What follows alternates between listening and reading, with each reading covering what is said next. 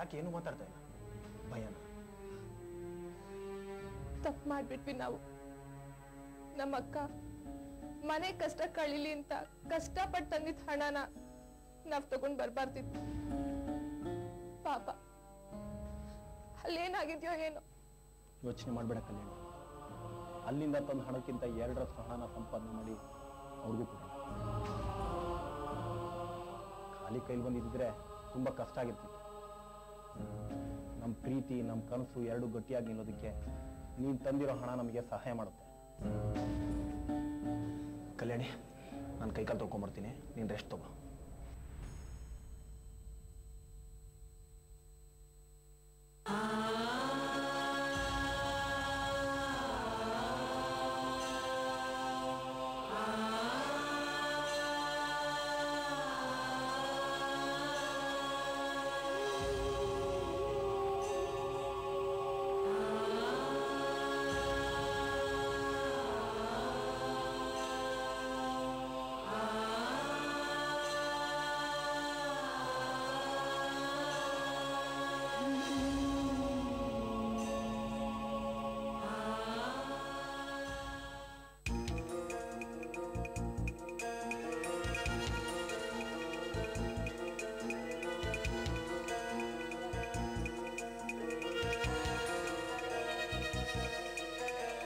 ವಿನಯ್,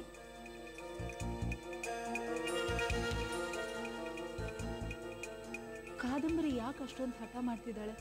ಆ ಕೆಲ್ಸದಲ್ಲಿ ಅಂಥದ್ದೇನಿದೆ? ಏನ್ ಮಾಡತ್ತಾರ? ನನಗೂ ಇಷ್ಟ ಆಗ್ತದೆ, ಆದ್ರೆ ಅವಳಿಷ್ಟದ ವಿರುದ್ಧ ನಾನು ಹೋಗೋದಿಲ್ಲ. ಹಾಗಂತ ಕಾದಂಬರಿನ ಅಷ್ಟು ದೂರ ಕಳಿಸ್ತೀರಾ ವಿನಯ್? ಬೇಡ, ಅವಳು ಇಲ್ಲೇ ಇರ್ಬೇಕು, ಎಲ್ಲೂ ಹೋಗ್ಬಾರ್ದು. ಈ ಮಾತನ್ನ ನಾನ್ ನನಗೋಸ್ಕರ ಹೇಳ್ತಿಲ್ಲ ವಿನಯ್. ನನಗ್ ಗೊತ್ತು, ಕಾದಂಬರಿ ಮಾತಿಗೆ ಬೆಲೆ ಕೊಟ್ಟು ಯಾರು ನನ್ಗೆ ಮನೇಲಿ ಕಿರುಕುಳ ಕೊಡ್ತಿಲ್ಲ. ಇನ್ ಕೇಸ್ ಕಾದಂಬರಿ ಇಲ್ಲಿಂದ ಹೊರಟೋದ್ರೆ ಎಲ್ರೂ ನನಗ್ ಕಷ್ಟ ಕೊಟ್ಟು ಎಲ್ಲಿ ನನ್ನ ಈ ಮನೆಯಿಂದ ಹೊರಗ್ ಕಳಿಸ್ಬಿಡ್ತಾರೋ ಅನ್ನೋ ಭಯದಿಂದ ನಾನು ಈ ಮಾತು ಹೇಳ್ತಿಲ್ಲ ವಿನಯ್. ಕಾದಂಬರಿ ಈ ಮನೆಗೆ ಆಧಾರ, ಅವಳು ಈ ಮನೆ ದೀಪ. ಅವಳು ಈ ಮನೇಲೆ ನಿಮ್ಮ ಜೊತೆ, ಮಕ್ಕಳ ಜೊತೆ ಸಂತೋಷವಾಗಿರ್ಬೇಕು.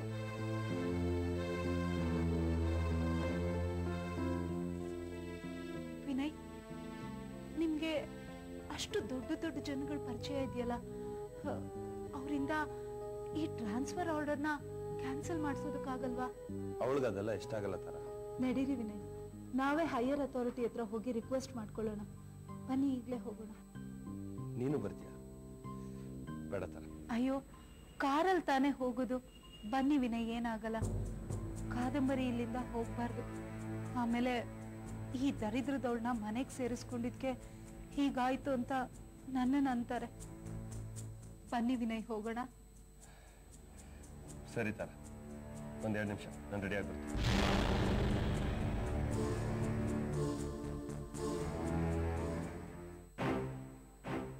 ಏನು ಹಣ ಇಲ್ವಾ? ಏನೇ ನಾಟಕ ಆಡ್ತಾ ಇದೀಯಾ? ನೋಡು, ಏನೇನೋ ಕತೆ ಕಟ್ಟಿ ಪುಗ್ಸೆಟ್ಟಿ ಈ ಮನೆಗೆ ಸೊಸೆ ಆಗೋದಕ್ಕೆ ಈ ಜನ್ಮದಲ್ಲೇ ಸಾಧ್ಯ ಇಲ್ಲ. ಹಾ, ಏನೇ ಕಳ್ತನ ಆಗಿದೆ ಅಂತ ಈ ಮಗು ಕಣ್ಣೀರು ಹಾಕ್ತಾ ಇದೆ, ನೀನು ಕರುಣೆ ಅನ್ನೋದೇ ಬರ್ತಿಲ್ವಾ? ಕಳ್ತನ? ಅದೆಲ್ಲ ಸುಳ್ಳು. ಹಾಳಾಗ್ ಹೋಗ್ಲಿ. ನನ್ ಮಗ ಇವ್ರ ಮನೆಗೆ ಹೋಗಿ ಕೇಳಿದಾಗ ಕೈಲಿ ಹಣ ಇದ್ರು ಯಾಕೆ ಕೊಡ್ಲಿಲ್ಲ?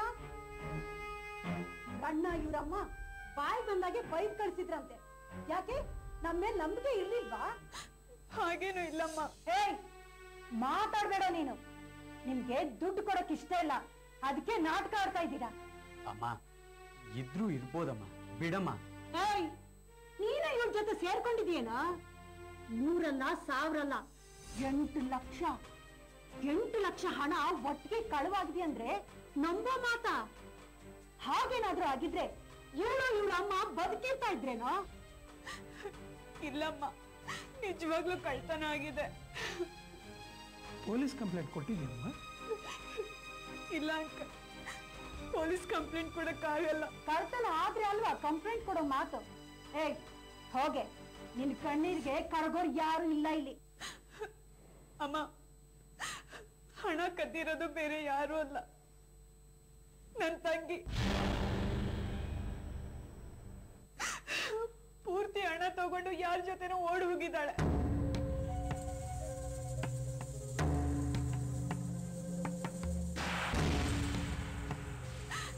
ನಾನು ಹ್ಯಾಕ್ ಕಂಪ್ಲೇಂಟ್ ಕೊಡ್ಲಿ, ಏನು ಅಂತ ಕೊಡ್ಲಿ? ಕಾವೇರಿ, ಕಲ್ಯಾಣಿ ಇಂಥ ಕೆಲಸ ಮಾಡಿದಾಳ?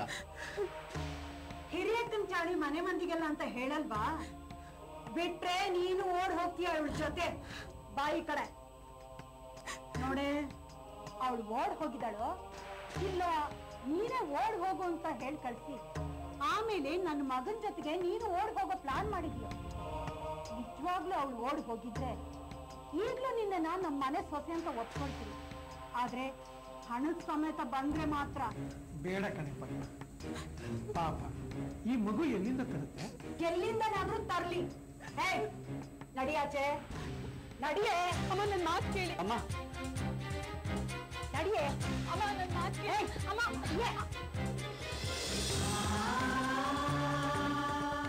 ನಡಿಯ ಒಳಗೆ, ನಡೀರಿ. ಅಯ್ಯೋ ನಡಿಯ.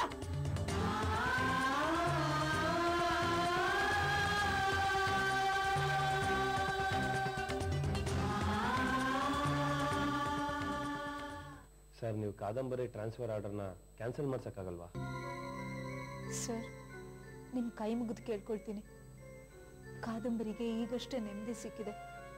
ಗಂಡ ಮಕ್ಕಳ ಜೊತೆ ಸಂತೋಷವಾಗಿರೋ ಸಮಯದಲ್ಲಿ ನೀವು ಟ್ರಾನ್ಸ್ಫರ್ ಮಾಡಿಬಿಟ್ರೆ ಹೇಗೆ ಸರ್? ಅವರೇ ಹೋಗೋದಕ್ಕೆ ಒಪ್ಕೊಂಡಿದ್ದಾರೆ. ನಾವು ಬೇಡ ಅಂತಿದ್ದೀವಿ ಸರ್. ಹೇಗಾದರೂ ಮಾಡಿ ಟ್ರಾನ್ಸ್ಫರ್ನ ನೀವೇ ಕ್ಯಾನ್ಸಲ್ ಮಾಡಿಸ್ಬೇಕು. ಅದು ನಮ್ಮ ಕೈಲಿಲ್ಲಮ್ಮ. ಅದು ಅಲ್ಲದೆ ಕಾದಂಬರಿ ಅಂತ ಆಫೀಸರ್ ಅವಶ್ಯಕತೆ ಅಲ್ಲಿ ತುಂಬಾ ಇದೆ.